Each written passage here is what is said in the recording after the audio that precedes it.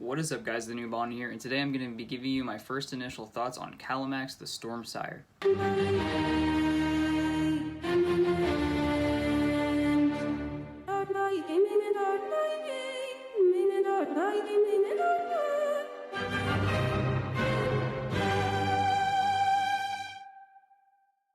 So as you guys have probably seen over the past weekend and over just the past couple of days, we've actually gotten a lot more full deck reveals on each and every one of the new commander decks, or at least the first 5 of them that are coming in this first wave.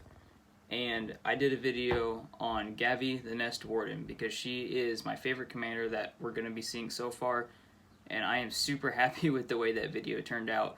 As of right now, it has over 100 views, and it's the first video I've ever had that's hit over 40 views in less than 24 hours, so thank you guys so much for all that support, and I'm glad you like the content. That's why I'm bringing you the next one about Kalamax the Stormsire. So, kicking things off here, Kalamax the Stormsire. For 1, a green, a blue, and a red, for a legendary creature elemental dinosaur. He has, whenever you cast your first instant spell each turn, if Kalamax the Stormsire is tapped, copy that spell. You may choose new targets for the copy. Whenever you copy an instant spell, put a +1/+1 on Kalamax. Oh boy, we have, is it going infinite? Like it wants to do all the time. Blue is full of instants. Is full of instants, and honestly, now you've just added green to give it ramp or give it the ability to fight things. You can grow Kalamax even bigger. The possibilities are endless. You're also running all of the correct colors for dinosaurs except white, which it's fucking badass. I mean, you don't really need to go dinosaur tribal with this. You could almost go elemental tribal if you wanted to with something like Omnath, Locust of the Royal, but that's not the direction we're going to be taking this deck today. What we want to be focusing on is the fact that you are able to copy instants and sorceries and what we can do with that ability. So first off, we're going to be running instants and sorceries in the deck, so you're obviously going to want to get them as cheap as you possibly can. So things like Baral, Chief of Compliance, and Jace's Sanctum are all going to give you a nice little discount when you're casting your instants and sorceries, even though Kalamax only cares about instants, not sorceries. That's key to this commander. Now, aside from that, what I'm sure Mitch from the commander's quarters would call the golden pig of the deck, you guys need to be running Primal Amulet if you're going to be playing Kalamax as your commander. Primal Amulet is a 4-drop artifact that says instant and sorcery spells you cast cost 1 less to cast. Whenever you cast an instant or sorcery spell, put a charge counter on Primal Amulet. Then, if there are 4 or more charge counters on it, you may remove those counters and transform it. And what happens when you transform Primal Amulet is it becomes Primal Wellspring. It has tap, add 1 mana of any color to your mana pool. When that mana is spent to cast an instant or sorcery spell, copy that spell and you may choose new targets for the copy. Damn, that's busted. This whole deck can go infinite easily. That's why it's going to be my second favorite, and this is another deck that I'm definitely going to be picking up as soon as these drop.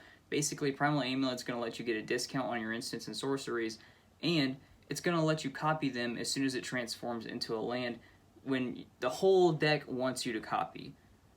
That's the thing with it, is that we're not just going to copy an instant or sorcery once per turn with our commander. We're going to be copying it upwards of 4 times. Okay, that's why we are running things like Swarm Intelligence. Swarm Intelligence is a 7-drop enchantment that says whenever you cast an instant or sorcery spell, you may copy that spell. You may choose new copies for the target. Or we got things like Is It Guild League, which its first ability doesn't matter all that much, and its second ability is just a little bit costly. But for X and a red and tap, copy target instant or sorcery spell you control with converted mana cost X. You may choose new copies for the target. The deck has also been spoiled too, so you guys can check out that full deck list on the Jumbo Commander's YouTube channel. He did a whole breakdown of this thing. It's absolutely amazing. Please go watch it.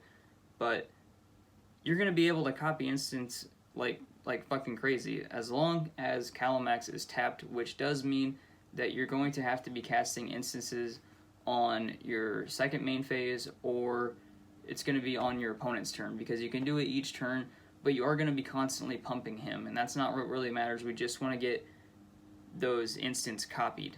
Now, there's tons of instants that you can copy that are going to do amazing damage. We're running red and blue, so what we're going to be doing mainly is just pinging opponents down, getting some burn damage in, maybe getting some card draw off of it. That's what Kalamax is wanting to do, so that's exactly what we're going to let him do.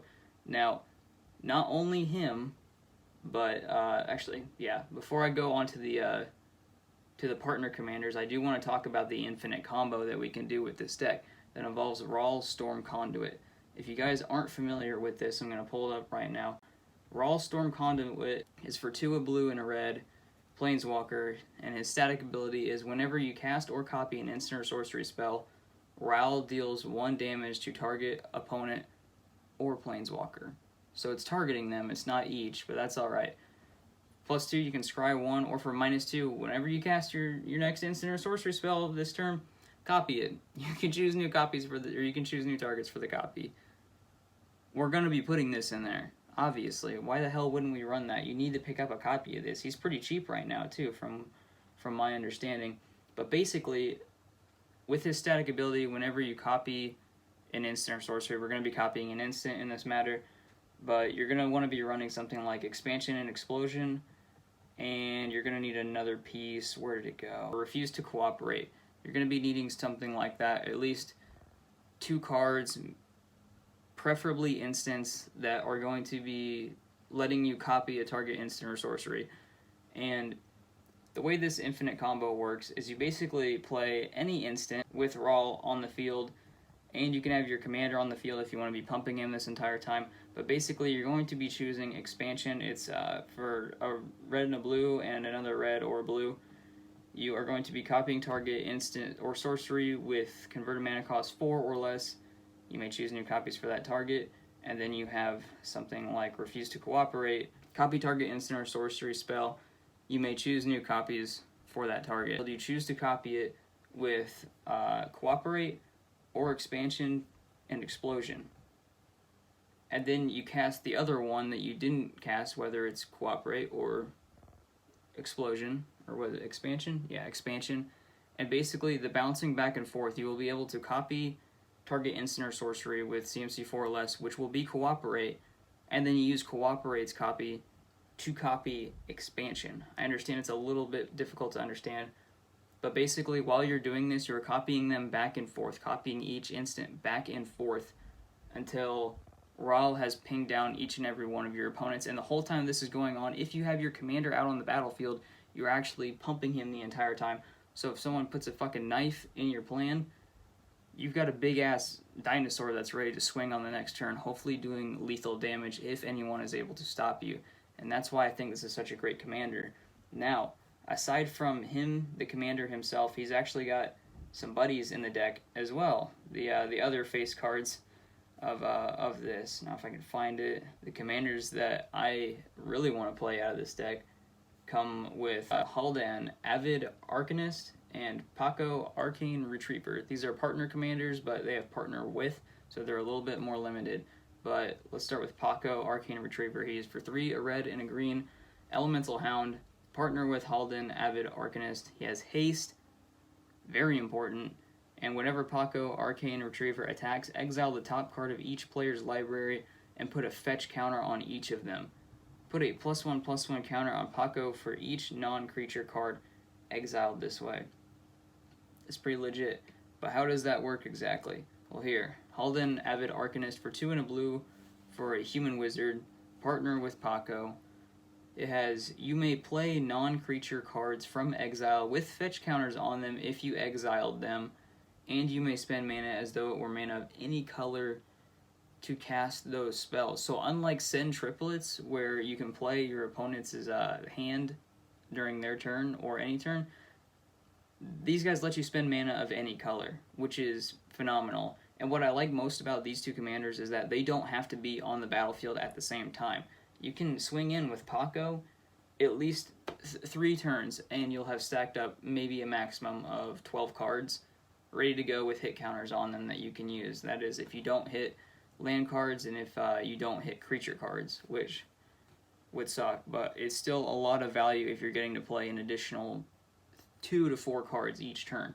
So what we're going to do with that is we're going to wait and hold off and then put Halden on the battlefield later so that we can cast those instants and sorceries or enchantments, artifacts, as long as it's non-creatures. So I guess you can play lands. That's pretty fucking sweet. So the first thing that came to my mind when I saw this was a Tali Primal Storm. He's a 4 red 6-drop Elder Dinosaur. Whenever a Tali Primal Storm attacks, exile the top card of each player's library. Then you may cast any number of non-land cards exiled this way without paying their mana cost.